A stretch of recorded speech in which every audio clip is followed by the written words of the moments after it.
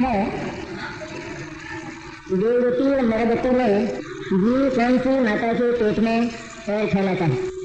देवगति और नरगति में माँ बाप नहीं होते, माँ पैदा होने का तरीका बिल्कुल दूसरा होता है। वहाँ विशिष्ट स्थान होते हैं पैदा होने के। देवगति में तो शैया होती है, शैया उत्पाद जन्म कहलाता है। देव और नारकियों का उत्पाद जन्म कहलाता है, और जिसकी माता के पेट में पैर फैलते हैं उसको गर्भ जन्म कहते हैं। तो देव और नारकियों में नहीं होता, वहाँ पैदा होने के एक खास स्थान होते हैं और वहाँ जीव एकदम पैदा हो जाता है। चारों ओर से दोनों के एक एक शरीर होते हैं, नारकी के और देवों के दोनों के एक एक शरीर के परमाणु मिले और उधर जीव जिस गति से जाता है तो उस शरीर में वो प्रवेश कर जाता है। देवगति में तो बहुत बड़ी है, बहुत सुंदर शैया होती है। वो जो पैदा होता है तो ऐसा पैदा होता है जैसे 16 वर्ष का बालक हो देव। और नरक में तो बहुत खराब, माता और पिता की जरूरत है, क्या करना। मोक्ष नहीं जाते हैं, यह बात काल प्रधान नहीं है, यह बात जीव के पुरुषार्थ प्रधान है। पंचम काल में जीव ही ऐसे पैदा होते हैं कि जो मुक्ति का पुरुषार्थ करते ही नहीं है, मुक्ति के लायक पुरुषार्थ करते ही नहीं है। तो जब उनमें क्वालिफिकेशन ही नहीं है तो मोक्ष कैसे जाएंगे? अगर वे मुक्ति के लायक पुरुषार्थ पंचम काल में भी करें तो उनको कोई रोकने वाला नहीं है, तो उसे पंचम काल कहेंगे ही नहीं, इस काल का नाम बदल देंगे फिर। लेकिन जीव पुरुषार्थ करता ही नहीं है, ऐसे ही जीव पैदा होते हैं तो जो पुरुषार्थ मुक्ति का करते नहीं है, क्योंकि मुक्ति काल साध्य नहीं, पुरुषार्थ साध्य है। वैसे तो हुआ है हंडा और सर्पणी में, तो भगवान महावीर जो मोक्ष गए थे 3.5 वर्ष बाकी रहे, और उसके बाद भी 3 केवली हुए, गौतम, सुधर्म और जम्बू स्वामी, 3 योग नहीं हुए। इनका पंचम काल में हुआ नहीं मोक्ष। तो पंचम काल में मोक्ष हुआ तो पंचम काल में मोक्ष के लायक पुरुषार्थ किया नहीं क्या उन्होंने? और नहीं करते थे भेज देते उनको। इसलिए पुरुषार्थ साध्य है बात, काल साध्य नहीं। काल की ओर से ये वर्णन किया जाता है। जैसे हम कहते हैं हम रात को नहीं खाते, तो हम रात को नहीं खाते हो, रात को खाया जाता है, तो रात को नहीं खाते अर्थात ये एक ऐसा समय है कि जो हमारे खाने के भाव होते ही नहीं, उसको रात को नहीं खाना कहते। ये भाव प्रधान है वो बात। दृष्टि मोक्ष हो जाता है, तो दृष्टि मोक्ष का नहीं है प्रश्न। सम्यक दर्शन होता है, मुनिव्रत होता है, वो सब होता है, मोक्ष की है बात। प्रश्न मोक्ष का था। दीपावली के दिन लड्डू क्यों चढ़ाए जाते हैं? क्या ये उचित है? लड्डू चढ़ाना ये कोई अनुचित नहीं है बात, क्योंकि अपन नैवेद्य चढ़ाते हैं ना रोजाना ही पूजा में। जो नैवेद्य है उस नैवेद्य का अर्थ ही लड्डू वगैरह होता है। तो दीपावली के दिन विशेष उत्साह होता है। जो लड्डू है वो भी मुक्ति का प्रतीक है एक तरह से। क्या होता है मुक्ति में कि जो अनंत गुण हैं, अनंत गुण आत्मा में, उन अनंत गुणों की सघन पर्याय पैदा होती हैं, सघन लड्डू की तरह, बिखरी हुई नहीं। पहले जो पर्याय बिखरी हुई थी वे सारी पर्याय बिखर कर बिल्कुल सघन हो जाती हैं, एक पुंज बन जाता है उनका। इसलिए लड्डू उसमें और होता क्या है, जैसे गुण तो अलग अलग ही होते हैं, न्यारे न्यारे, इसलिए लड्डू का एक एक दाना न्यारा न्यारा होता है लड्डू बनने पर भी। लेकिन न्यारा न्यारा होकर भी अत्यंत न्यारा न्यारा न होकर उसमें एकत्व की अनुभूति होती है। इसलिए वह निर्वाण का प्रतीक है, इसलिए चढ़ाया जाता है। लेकिन शुद्ध हो तो चढ़ाया जाए, शुद्धता से बनाया जाए तो चढ़ाया जाए। शुद्धता से नहीं बनाया जा सके तो नहीं चढ़ाया जाए। चींटियाँ बहुत मरती है बाद में हैं? चींटियाँ बहुत मरती है भयंकर चाल से, कीड़े पैदा हो जाते हैं। वो तो उठा लेते हैं लोग, भगवान भी थोड़ी चढ़ाते हैं। पाद वंदना हेतु यदि रबड़ की चप्पल पहनकर जाए तो क्या दोष है और क्यों? कुछ भी पहनना वर्जित है, चाहे वो चप्पल रबड़ की हो अथवा वो कोई दूसरी हो, क्योंकि उससे परंपरा बिगड़ने की पूरी संभावनाएं हैं। इसलिए कुछ भी पहन कर जाना अनुचित है, उचित नहीं है। आपने टीवी देखने का निषेध किया, परंतु शास्त्र समझ में नहीं आते हैं। उसको समझने के प्रयास तो 1-2 घंटे ही होता है। शेष समय में यदि टीवी में टाइम न दें तो अन्य व्यर्थ के विषय में मन जाता है। ऐसी परिस्थिति में क्या करें? ये तो स्वयं ही दिमाग की भारी उलझन है। ये यहाँ तो असलियत यह है कि यदि आत्मा पसंद आया है तो हमारा एक एक क्षण, हमारे जीवन की संपूर्ण सामग्री, हमारे मुंह का एक एक ग्रास केवल आत्मा के लिए समर्पित हो। तो ये है यहाँ तो बात। अब वो क्या करें बाकी टाइम में? तो इच्छा हो जाए करो, करते ही तो आए हो, उसमें क्या फर्क क्या पड़ा? वो करते। एक ही बात है, आत्मा एक बार आत्मा का स्वरूप समझ में आ गए और ये लगे कि आत्मा कोई विलक्षण तत्व है एकदम। टीवी में क्यों मन लगता है? तो बहुत बरस पहले वो टीवी थी नहीं, अब एक नई चीज आई तो एक आकर्षण पैदा हुआ। इसी तरह आत्मा भी एक नई वस्तु बिल्कुल है तो पुरानी, लेकिन एक बार नए ढंग से, नएपन से उसको देखा जाएगा और उसका महत्व ज्ञान में अंकन किया जाएगा। जिनवाणी और सदगुरु के आधार पर उन्होंने जैसा उसका स्वरूप बताया और उसका महत्व बताया कि वह कोई सामान्य पदार्थ नहीं है, ऐसा पदार्थ है कि एक बार उसको देख लिया जाए तो टीवी में आग लगाए बिना कोई नहीं रहता। ऐसा है वो, इतना मन उसमें भर जाता है। मुनिराज का मालूम, मुनिराज का एक नाम क्या है? उनका नाम है स्वरूप मंथर। स्वरूप मंथर, मंथर कहते हैं कछुए को। तो ये स्वरूप में कछुए की तरह आलसी हो जाते हैं, उनको मुनिराज कहते हैं। जैसे कछुआ बहुत आलसी होता है, चलना नहीं चाहता है, उसको चलने में बहुत दिक्कत लगती है, इसलिए वो डूबा ही रहना चाहता है उसमें, पानी में वहीं रहता है ना। तो इसी तरह मुनिराज की स्थिति ये होती है तो स्वरूप का एक बार दर्शन कर लेने पर इतने मोहित हो जाते हैं उस पर कि वो वहां से निकलने का मन ही नहीं होता उनका कि कौन धूप में कौन जाए, महारत की धूप में कौन जाए।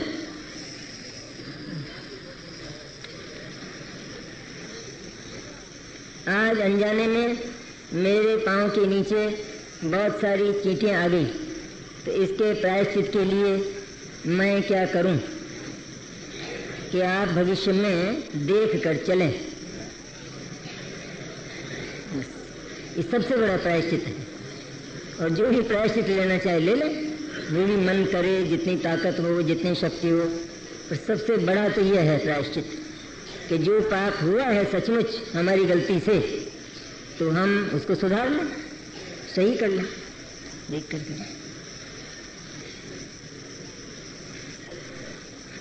मंदिर में चमड़े की वस्तु ले जाना मना है, फिर भी यहाँ पर नहीं, सभी जगह मंदिरों में समिति वाले निजी ढोलक मंदिर में क्यों रखते हैं?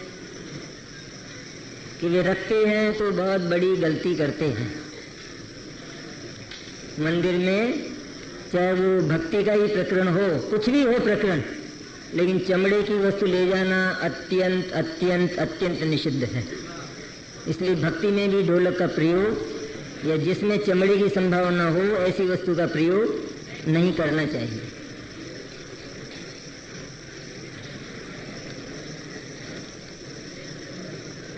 जबकि ज्ञान का लक्षण स्व पर प्रकाशक है, तो फिर वह ज्ञान सिर्फ स्व को कैसे विषय बना सकता है ताकि आत्मानुभूति हो सके? जब ज्ञान स्व और पर को जानता है, स्व पर प्रकाशक है ना, तो स्व और पर को वो जानता है, तो वो यह जानता है कि मेरे से भिन्न जितने भी पदार्थ हैं इनमें मेरा कुछ भी नहीं है, इनमें मुझे कुछ भी नहीं करना है और इनमें मेरा कुछ भी नहीं है, इनसे मेरा कोई संबंध नहीं है। जिसने ये जाना तो उसका ज्ञान उन सारे जगत के पदार्थों से मुंह फेर कर आत्मा की तरफ देखने लगता है कि देखने लायक है तो केवल मेरा आत्मा है या दूसरा देखने लायक है। जैसे कोई आदमी दर्पण देखता है तो किसी दूसरे की शक्ल देखता है या अपनी देखता है, अपने शरीर का, अपने मुंह का जो मैल है उसको साफ करता है, फिर पाउडर लगाता है, क्रीम लगाता है, टीकी लगाता है, बिंदी लगाता है, ये किसी दूसरे के लगाता है। किसके लिए देखता है? तो दूसरा तो कोई भी इसलिए देखने लायक ही नहीं है क्योंकि देखा जा चुका है। क्या देखा जा चुका है? कि इसमें मेरा कुछ भी तो नहीं है, मैं क्या देखूं इसको, और इसमें मुझे कुछ करना भी नहीं है, कुछ होना भी नहीं है। इसलिए देखने लायक केवल एकमात्र अपनी ही शक्ल होती है और कोई दूसरी, और अपनी शक्ल सर्व सुंदर है। इसलिए कभी भी दूसरे की शक्ल की ओर मन फिसलता नहीं है। पर जीव की आदत खराब है।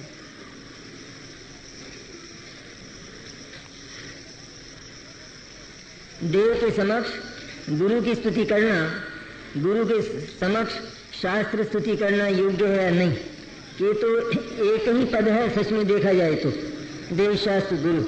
इसलिए हम उसमें आरोप करके सब कुछ कर सकते हैं, कोई दिक्कत नहीं। जहाँ देव हैं वहाँ पर गुरु की स्तुति भी बराबर की जा सकती है, उसमें कोई दिक्कत नहीं है, क्योंकि जो देव हैं उनमें गुरु तो है ही है, और देव में शास्त्र भी शामिल है, जिनवाणी भी सामने रहती है, देव में सब शामिल है, सब कुछ, इसमें कोई दिक्कत नहीं। हमारे यहाँ तो व्यवहार नय की जो औपचारिक पद्धति है वो इतनी व्यापी है, लोकालोक व्यापी, कि हम उस मर्यादा में कुछ भी कर सकते हैं। सामने जो भगवान की प्रतिमा है वो कौन है? तो हमसे पूछा जाए वो कौन है? जैसे भगवान पार्श्वनाथ हैं, तो हैं क्या वो भगवान पार्श्वनाथ? वेदी में भगवान की पाषाण की प्रतिमा है, वो भगवान पार्श्वनाथ है? तो हम तो इसके सिवा बोलते ही नहीं है दूसरा, और वो भगवान पार्श्वनाथ बिल्कुल नहीं है। तो भी वो जो आकार है, वो आकार हमारी भाव विशुद्धि में, हमारे सम्यक दर्शन में निमित्त बनता है। इसलिए उनके उस आकार को भगवान पार्श्वनाथ के नाम से पुकारने में कोई दिक्कत नहीं है। पर साक्षात भगवान पार्श्वनाथ मान लिया जाए तो दिक्कत है, क्यों? वो तो वहाँ है, यहाँ कहाँ है? इसलिए द्रव्य निक्षेप वो बहुत व्यापक है, उसमें दिक्कत नहीं आती कोई। यदि हो तो भाव दीपिका के पृष्ठ 52 पर इसे मिथ्यात्व में लिया है, वो मेरे को मालूम नहीं है कि क्या लिखा है वहाँ पर मिथ्यात्व नहीं है वो, तो देवशास्त्र गुरु पूजा बराबर होती रही है और होती रहेगी, उसमें कोई दिक्कत नहीं है। उपचार पद्धति प्रतीक पद्धति है हमारे यहाँ। 8 द्रव्यों में हम सारे के सारे प्रतीक ही तो है, वो आरोपित ही तो है वो भाव, और क्या है सबका सब, जल फल नैवेद्य इत्यादि क्या है, सब वही है, आरोपित पद्धति सब कुछ। रवि व्रत पूजा करने से क्या पुण्य बंद होता है? ये रवि व्रत पूजा मिथ्या दर्शन है, ग्रहित मिथ्यात्व। ये भट्टारकों की पद्धति है। जैन धर्म में रविवार, मंगलवार, शनिवार ये कुछ नहीं है, न इनका कोई व्रत है। यहाँ तो अष्टमी और चतुर्दशी ये 2 पर्व तिथियाँ आगम सम्मत हैं, आगम में इनका वर्णन है बराबर, अष्टमी और चतुर्दशी का। और इनसे संलग्न और भी जो हैं कई प्रकार के व्रत जो हैं वो सबके सब ऐसे ही हैं। सुहाग दशमी का व्रत भी ऐसा ही है, वो भी महा मिथ्या दर्शन है। इस तरह और बहुत बना लिए हैं लोगों ने। रोड तीज गृहित मिथ्यात्व है बिल्कुल। रोड तीज उस परंपरा को एकदम बंद करना चाहिए, एकदम। अगर वास्तव में हम दिगंबर हैं, जैन हैं, और गृहित मिथ्यात्व को छोड़ना चाहते हैं, कोई कहते हैं पूजा थोड़ा ही करते हैं, ये थोड़ा, वो परंपरा ही बंद करना चाहिए, क्योंकि वो गृहित मिथ्यात्व की परंपरा है, इसलिए वो बंद होना चाहिए। सुवर्ण दशमी भी बीच में ठसेड़ी गई है 10 लक्षण में। 10 लक्षण के बीच में सुगंध दशमी का कोई काम नहीं है, पर वो बीच में ठसेड़ी गई है सुगंध दशमी, बीच में नहीं है वो 10 लक्षण। ये सब भट्टारकों के काम रहे हैं, उन्होंने किया है ये, इसलिए बहुत ही जागृत रहना चाहिए और उसमें डरना नहीं चाहिए कि हमने तो नियम ले लिया हो गलत, तो कुएं में डाल दो उसको। जो गलत प्रतिज्ञा की है उसको तुरंत कुएं में पटक दो। कोई तो कहेगा मैंने पूनम का व्रत ले लिया, पूनम का चौथ का ले लिया मैंने, तो क्या करूं? प्रतिज्ञा ले ली तो उसको नष्ट करो, एकदम छोड़ दो गलत प्रतिज्ञा। सही प्रतिज्ञा हो तो प्राणों के मूल्य पर भी निर्वाह करो,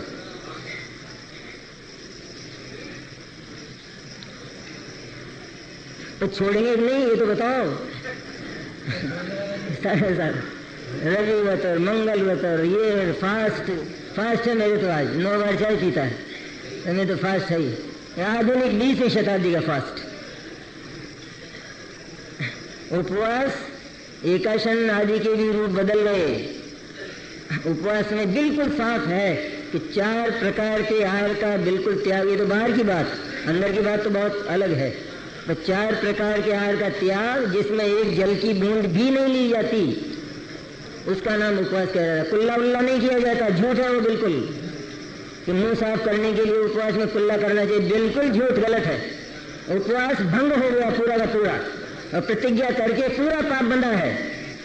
भले दिन भर भूखे रहोगे, लेकिन प्रतिज्ञा भंग हुई है और पाप बंधा है उसमें, इसलिए नहीं है वो बात। किसी ने जैसे 3 दिन के उपवास तेले का नियम लिया है, तेला करने का, और उसने 1 दिन भी पानी पी लिया तो 3 दिन का तेला बट्टे खाते हो गया, बिल्कुल पुण्य नहीं हुआ, प्रतिज्ञा का भंग होकर पाप हुआ। हाँ, नियम ऐसा ही लीजिए ना, तो आप पर माथे पर वजन कौन रखता है।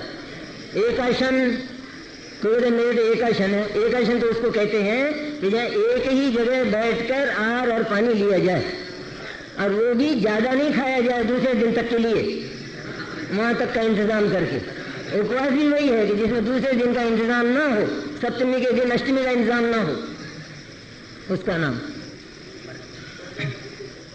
नाम एकाशन है। अब 10 बार तो पानी पिए कि मैंने एकाशन किया, ऐसा कहो कि मैंने 1 बार रोटी खाई है, एकाशन नहीं किया, क्योंकि स्वरूप मत बिगाड़ो, क्योंकि तो स्वरूप ही बिगड़ जाएगा। जैनी दिगंबर हैं, दोबारा पानी पिया तो एकाशन नहीं हुआ, 1 बार रोटी खाई, खाना बार बार खाया, क्यों पानी भी खाना है, आहार बार बार किया, रोटी 1 बार खाई बस। उसमें भी कई लोग तो बहुत छल करते हैं, जो उपवास करते हैं वो 1.5 घंटे में उठते हैं खाके, 1.5 घंटे पहले वो कुछ खाया, फिर सो गए। वो उठते नहीं, बस खड़े नहीं होते, तो सो जाते हैं, फिर सोकर उठे फिर कुछ और मंगा लेते हैं, फिर सो जाते हैं, फिर कुछ उठे फिर को, और जब वो बिल्कुल पैक हो जाए आगे तक के लिए, तब फिर वो उठते हैं। तब तो भूख है तो लगेगी 14 को, आलस से आएगा तो सब बट्टे खाते जाएगा। इसे तो एक टाइम खा लेता तो अच्छा रहता।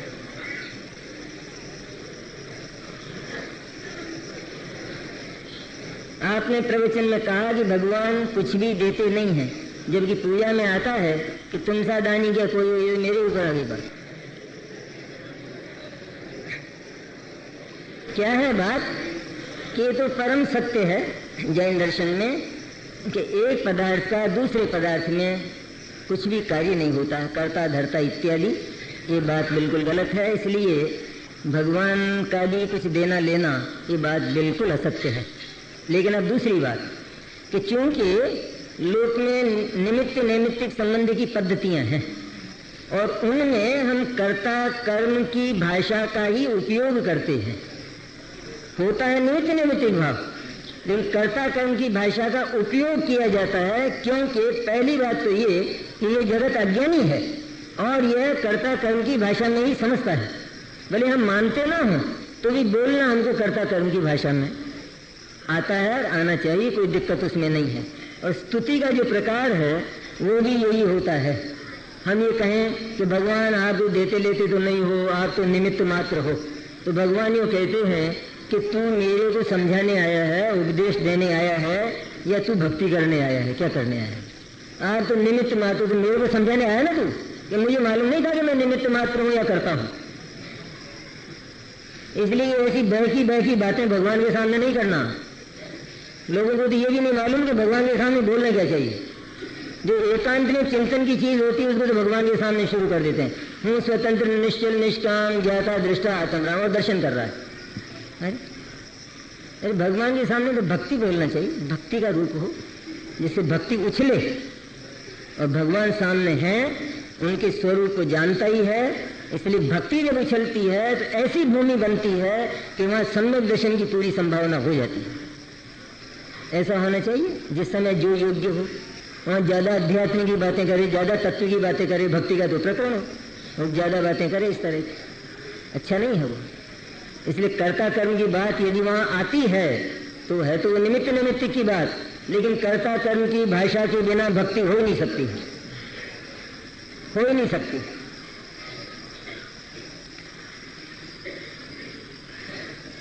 हम डॉक्टर को नहीं कहते कि आपने तो जीवन दिया मेरे को, ये कहते ना आप निमित्त मात्र हो, फिर देखना क्या होता है।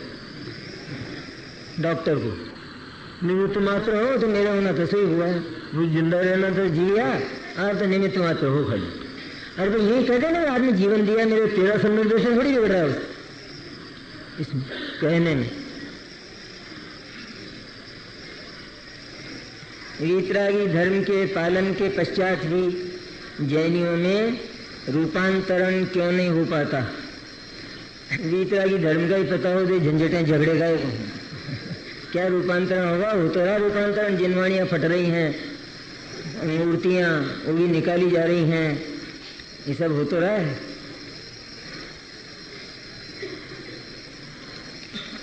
सत्पुरुष को कैसे जान सकते हैं? हम आपको तत्व चर्चा में कहा था कि सत्पुरुष के अर्थात सम्यक दृष्टि के पुरुष से ही सम्यक दर्शन की उत्पत्ति हो सकती है। हम सत्पुरुष को विशेष लक्षण से कैसे पहचानें? उसके व्यवहार से और उसकी वाणी से पहचानिए, बस इतना कर सकते हैं आप। उसकी तरफ से ही घोषणा हो जाए वो तो फिर बात पक्की हो गई, लेकिन यदि नहीं होती है तो सत्पुरुष उनकी वाणी से और सम्यक दर्शन के योग्य जो व्यवहार उनमें होना चाहिए उससे उसकी पहचान होती है।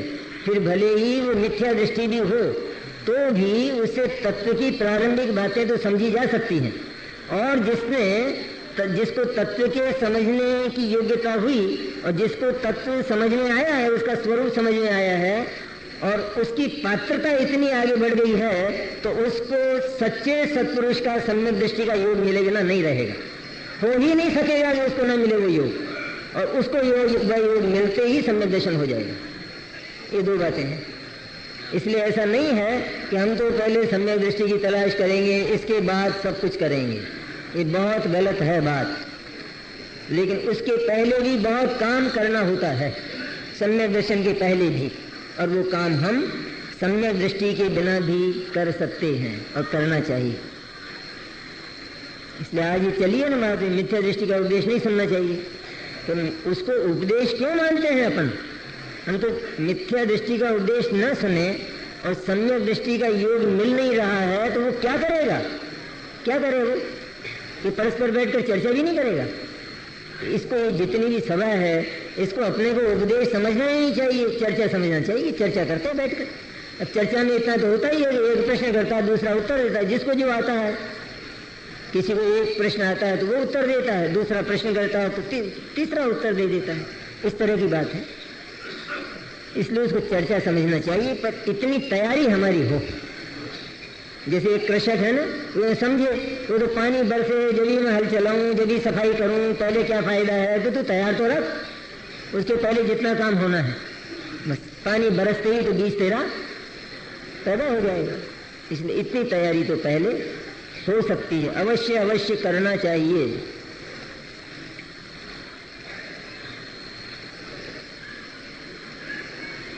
हमसे जिनवाणी की अभिनय कितने प्रकार से हो जाती है?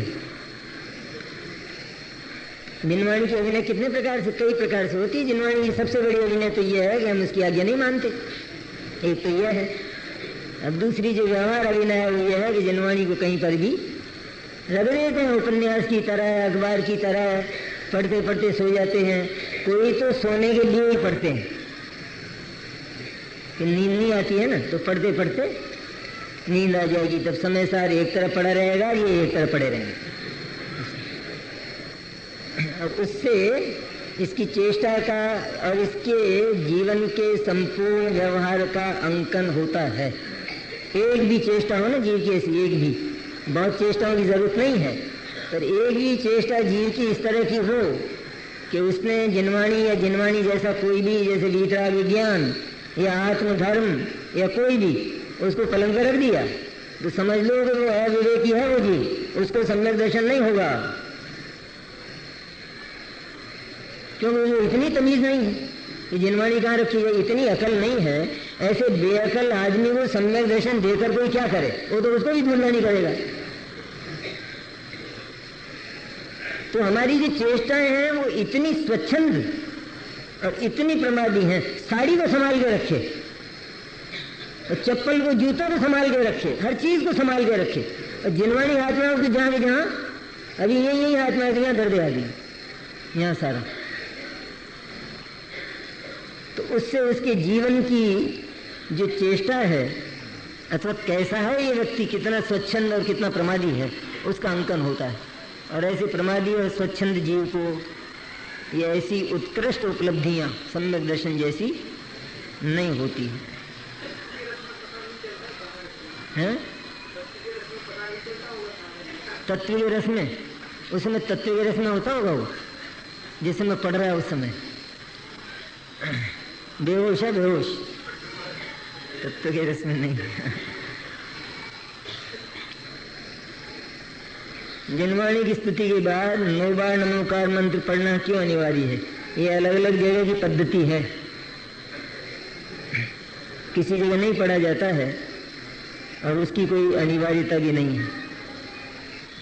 आप रामायण और महाभारत देखने को गृहीत मिथ्यात्व है, ये हमने श्रद्धा में सत्य माने हैं, लेकिन हमें श्रद्धा में मानते नहीं। टोडरमल जी ने अन्य मत के शास्त्र पढ़े थे, ऋषभ देव ने तो नीलांजना का नृत्य भी देखा था। इसमें टोडरमल जी ने अन्य मत के शास्त्र पढ़े थे। ये बात तो हमें तब करना चाहिए कि जब हम टोडरमल जी हों।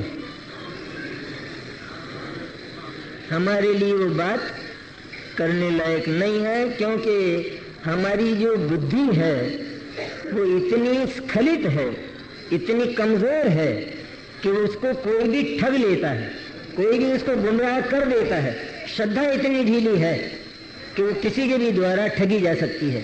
इसलिए ऐसे स्थानों से बहुत बचना चाहिए। एक चतुर व्यवसायी की तरह, चतुर व्यवसायी बसता है कि ये स्थान मुंबई जाता है तो ये जगह मेरे जाने लायक, और उसका पिता कहता है वहाँ मत जाना, वहाँ मत। हम टोडरमल जी हों तब करें ये बात, हम तो भी बहुत नीचे हैं। इसलिए और रामायण और महाभारत इनको देखने से क्या मिलने वाला क्या है हमको, क्या है?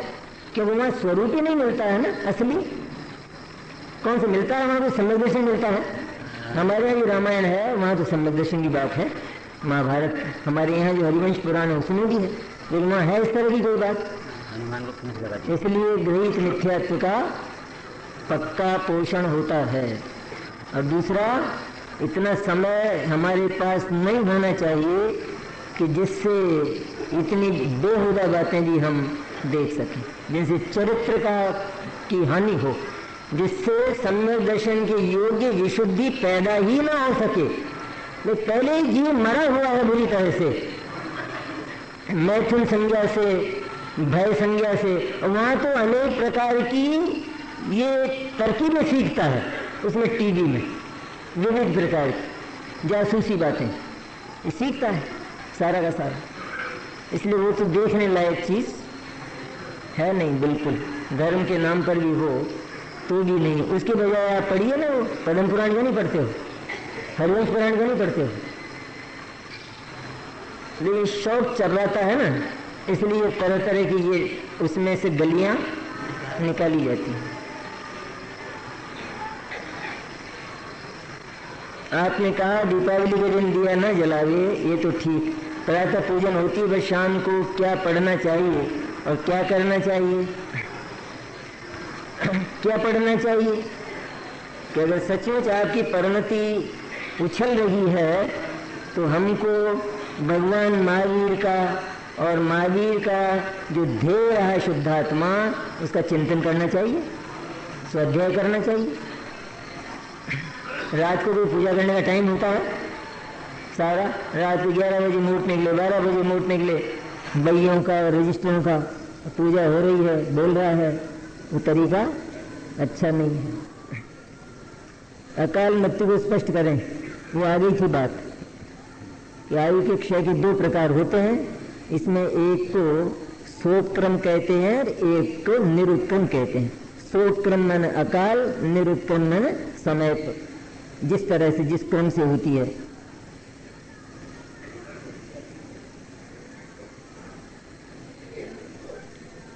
ये दिवाली का है।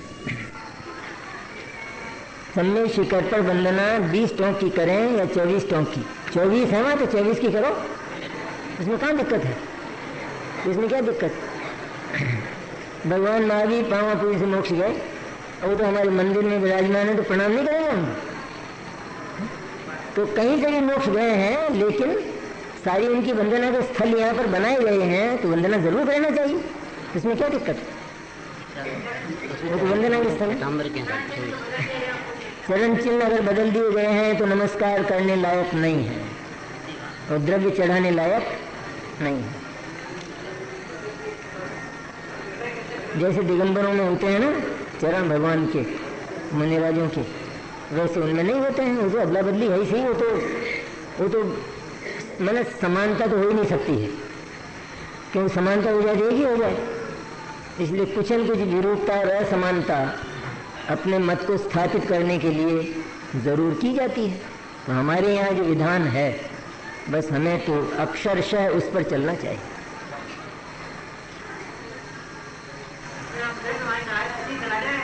हाँ, ऐसे ही ऐसे ही।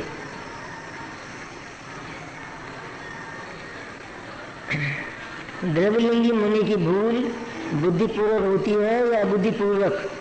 बुद्धिपूर्वक है। और बुद्धिपूर्वक क्या भूल होती है? बुद्धिपूर्वक ही महाव्रतादि में उसका वजन रहता है। महाव्रतादि में यदि कहता यह है कि जो महाव्रतादि रूप शुभ भाव है ये आश्रव है, ऐसा बोलता है, कहता है ऐसा कहते हुए भी उसकी जो लिप्सा है भीतर से, उसको जो मिठास है वह महाव्रतादि की रहती है। भीतर से ऐसा होता है ना, जैसे किसी को निमित्ताधीन दृष्टि हो और उसको ये कहा जाए कि निमित्त कुछ नहीं करता है, यहाँ करता तो नहीं है, लेकिन ये स्पष्ट देखते हैं कि निमित्त के बिना कार्य भी नहीं होता है। ये साफ देखा जाता है। ये देखा जाता है ना, तो उसको भीतर से क्या लगता है कि ये तो सब ठीक है कि निमित्त कुछ करता नहीं है, लेकिन निमित्त ना हो तो वैसे निमित्त में उसकी मिठास पड़ी है, इसलिए उसकी निमित्ताधीन दृष्टि का अंत नहीं होता।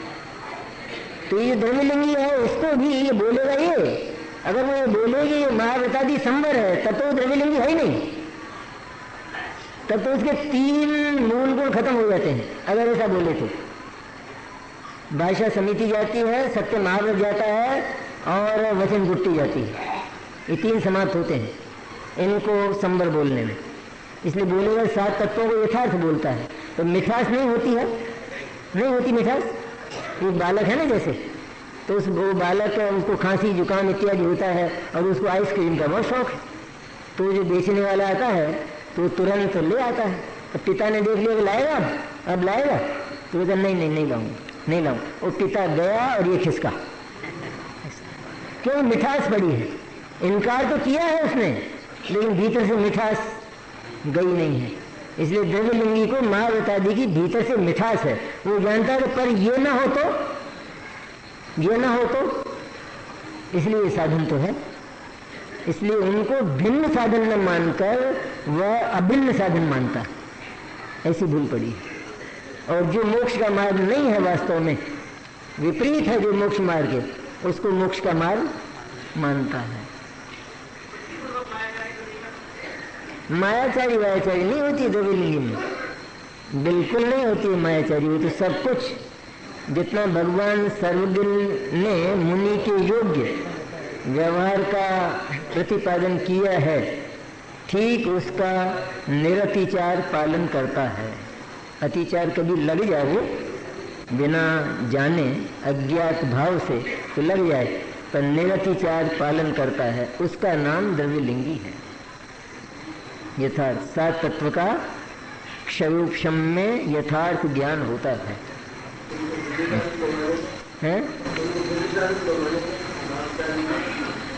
महाव्रतादि को भिन्न साधन माने तो सम्यक दृष्टि है। भिन्न साधन है मेरा साधन नहीं है वास्तविक साधन। और साधन तो होता है, इसका अर्थ यह है कि असली साधन मेरे भीतर पड़ा है। साधन तो होता ही है कार्य का, और वो साधन नहीं है, भिन्न है। जो भिन्न साधन नहीं है तो रोटी बनाते हैं तो भिन्न और अभिन्न साधन होते हैं नहीं। ये चकला, बेलन, तवा और चूल्हा और स्टोव और ये सब क्या है? ये भिन्न साधन। असली साधन क्या है? क्या असली साधन? आटा, वो असली साधन है। हाँ, द्रव्यलिंगी मुनि वंदन करने लायक है, क्योंकि भीतर से भावलिंग का पता लगाया नहीं जा सकता है। वो हमारी जो सीमा है वो व्यवहार तक है। इसलिए व्यवहार यदि सही है तो फिर हमें संदेह नहीं करना चाहिए। बहुत बड़ी बात है ये, हमें संदेह, क्योंकि भीतर का जो सम्यक दर्शन ज्ञान चारित्र है असली शुद्धात्मा में पैदा होने वाला अतीन्द्रिय अमूर्त भाव कि जो शुद्धात्मा का अवलंबन लेता है, वो भाव तो दिखाई देता नहीं है दूसरे को, वो तो स्वयं को ही अनुभव में आता है, तो वो दिखाई नहीं देता है। पर उसके होने पर जितना आचरण होना चाहिए उतना आचरण यदि देखा जाए तो वहाँ पर संदेह नहीं करना चाहिए मुनित्व में। अगर मुनित्व में संदेह करेंगे तो व्यर्थ संदेह क्यों किया हमने? जब हमको कोई बात नहीं मिल रही है, तो कोई गलती हमको नहीं मिल रही है तो हम संदेह क्यों करते हैं? और संदेह करते हैं तो हम अपना दिमाग खराब करते हैं, क्योंकि संदेह से तो दिमाग खराब होता है।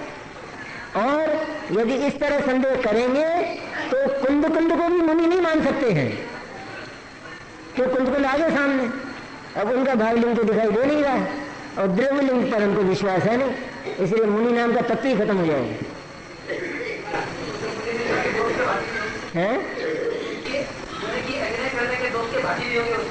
कैसे? द्रव्यलिंगी का होता है जजमेंट, ऐसा नहीं कहिए, आप बहुत भूल गए। फिर आपने प्रश्न तो ऐसा किया है, उसमें बहुत फर्क पड़ गया बात में। हाँ, आपका अभिप्राय शायद अच्छा नहीं है। भावलिंग का निर्णय एकदम नहीं हो सकता है, द्रव्यलिंग का निर्णय तो 1 सेकंड में होता है, उसमें ज्यादा घंटों की जरूरत नहीं होती है। क्योंकि जिसको समिति और गुप्ती, ये 8 प्रवचन माता कहलाते हैं, 5 समिति और 3 गुप्ती, 28 मूलगुण तो बहुत बड़ी बात है। पर 5 समिति और 3 गुप्ती, इनमें से प्रति समय किसी न किसी समिति और गुप्ती में वो मुनि होते हैं। और हमारी बुद्धि तीक्ष्ण हो, सचमुच मुनि को हम चाहते हो तो हमारी बुद्धि तीक्ष्ण होती है और उससे उनकी पहचान बराबर हो सकती है। इसलिए ज्यादा कठिन नहीं है परीक्षा करना।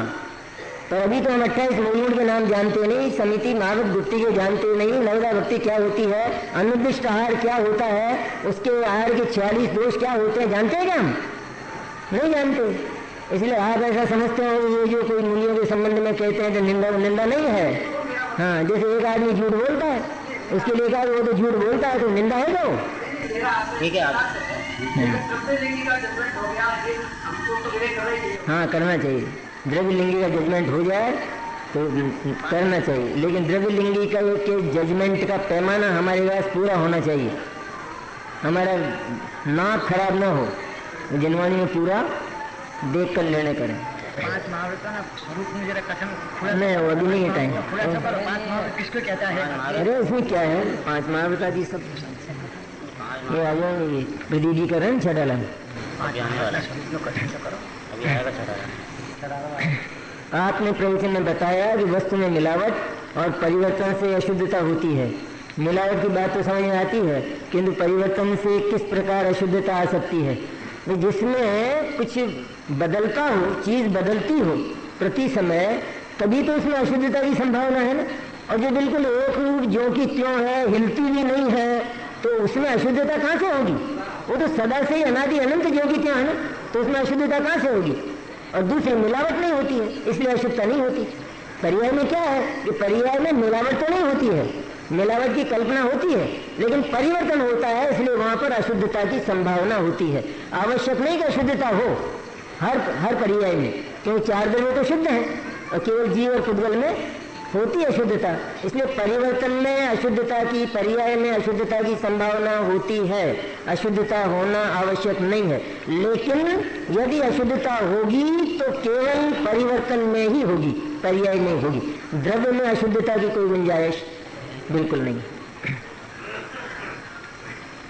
द्रव्य में परिवर्तन कहाँ होता है? वो तो ध्रुव है ना, नित्य। परिवर्तन तो विनाशी को कहते हैं, उसी को कहते हैं ना परिवर्तन।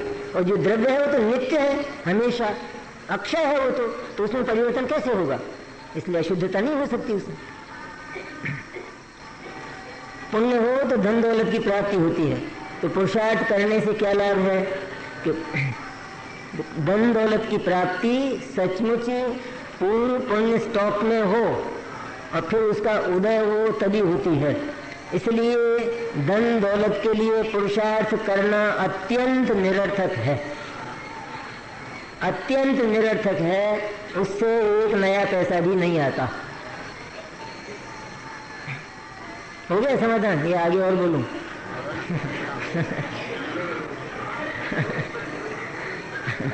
यहीं पे दुकान पर बैठते हैं ना, फिर ये कहेंगे ना उनको दुकान बंद कर देगा। कि सही बात यह है कि हमने और हमारे पुरुषार्थ ने आज तक दुकान खोली ही नहीं, और दुकान जो चली है वो अपने आप ही चली है। और यदि चलाई गई है तो उसके चलाने वाले हम अर्थात आत्मा अर्थात चेतन नहीं, उसका जो चलाने वाला है वो भी जड़ है, पूर्व पुण्य का स्टॉक, वो उसको चलाता है। इसलिए हमने बहुत बड़ी बेईमानी यह की कि वो कमाई करता है और हम कहते हैं कि हम कमाते हैं। इतनी बड़ी बेईमानी है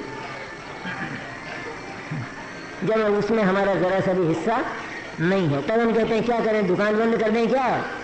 तो पहली बात इससे पहले ये जाने कि न तो हम दुकान खोलते और न हम दुकान बंद करते। अब कदाचित दुकान यदि बंद भी कर दी जाए तो क्या वास्तव में बंद हो गई? बंद हो गई कि बंद नहीं हुई?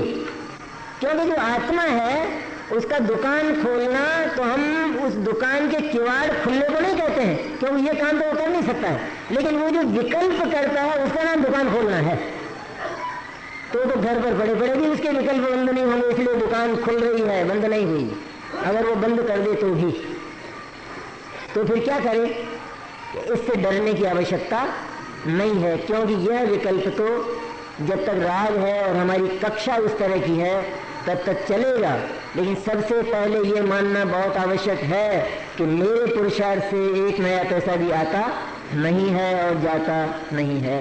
और पुरुषार्थ, यदि इसको पुरुषार्थ भी माना जाए तो पुरुषार्थ का और उपलब्धि का तोल आज तक नहीं हो सका कि कितना पुरुषार्थ और कितनी उपलब्धि। इसलिए सचमुच उस पुरुषार्थ से उपलब्धि होती नहीं है।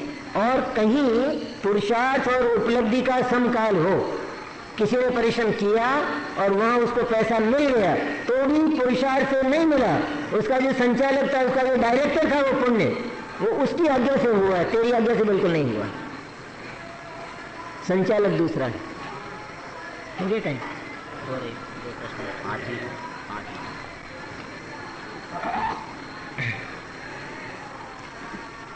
जैनेन्द्र भगवान के दर्शन करता हूँ तो मुझे कोई ऊंचे भाव नहीं आते। जिनवाणी कहती है भाव बिना के दर्शन नहीं होते, तो दर्शन करते समय ऊंचे भाव आए, उसके लिए मैं क्या करूं?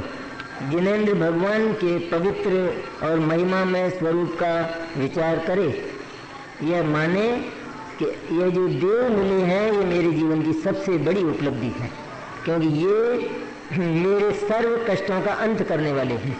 इस तरह की विविध प्रकार का गुणगान करते हुए भगवान की महिमा लावे तो भाव आने लग जाएंगे।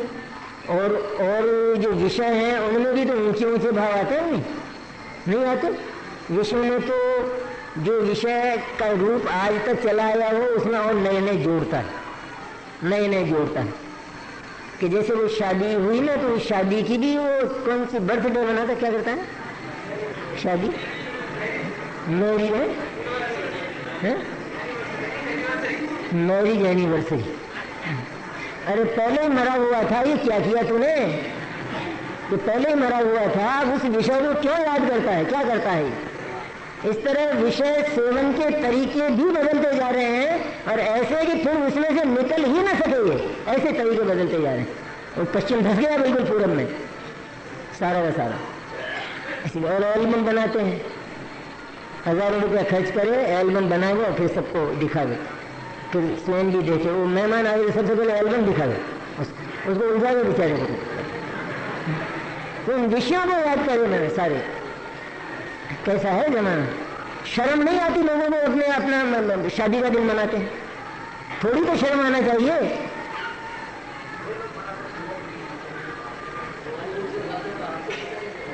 मैं भी सुनता हूँ, मैं वो मनाई तो है नहीं सुनता हूँ मैं भी।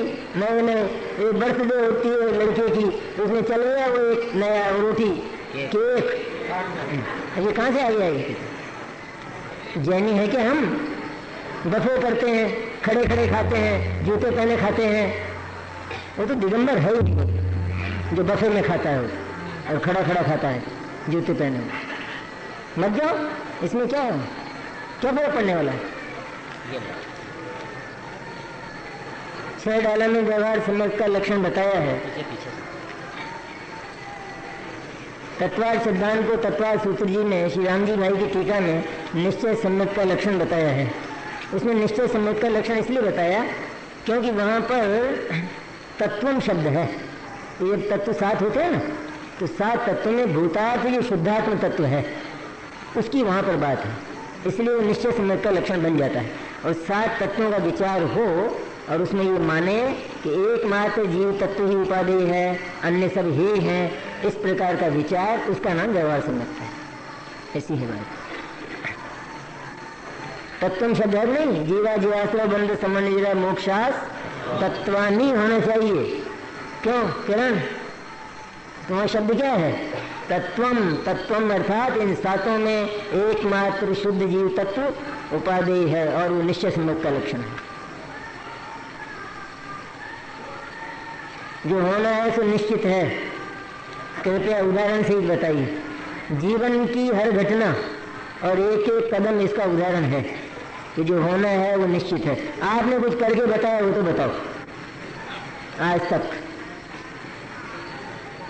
इसलिए हम यदि कुछ कर नहीं पाते हैं क्योंकि विकल्प का और काम का कभी कोई पैमाना हुआ है। एक कार्य के संबंध में असंख्य विकल्प होते हैं, फिर भी वह कार्य जीवन में पूरा का पूरा अधूरा रह जाता है, नहीं हो पाता है। और हम विकल्प बिल्कुल नहीं करते और काम हो जाता है, तो जो होना है सो हुआ या हमारे विकल्प से हुआ। इसलिए एक एक चप्पा चप्पा उदाहरण है इसका। हाँ, विकल्प तो इसलिए नहीं छूटता कि प्रथम तो ये विकल्प से कार्य का होना मानता है, इसलिए इसको विकल्प के साथ प्रीति ममत्व पड़ा रहता है। ये विकल्प को छाती से लगाए रहता है, इसलिए नहीं छूटे। सबसे पहले तो इस विकल्प को अत्यंत निरर्थक माना जाए कि बिल्कुल बट्टे खाते हैं, ये बट्टे खाते। कदाचित हिमालय पर्वत को खोदा जाए तो उसमें से चूहा निकल आवे, लेकिन अनंत विकल्प करने पर एक पत्ता हिलने वाला नहीं है। इसलिए उसकी निरर्थकता सबसे पहले जाने तो विकल्प होते हुए भी विकल्प से ममत्व तो टूट कर चैतन्य का ममत्व उत्पन्न हो जाता है। ऐसी बात है।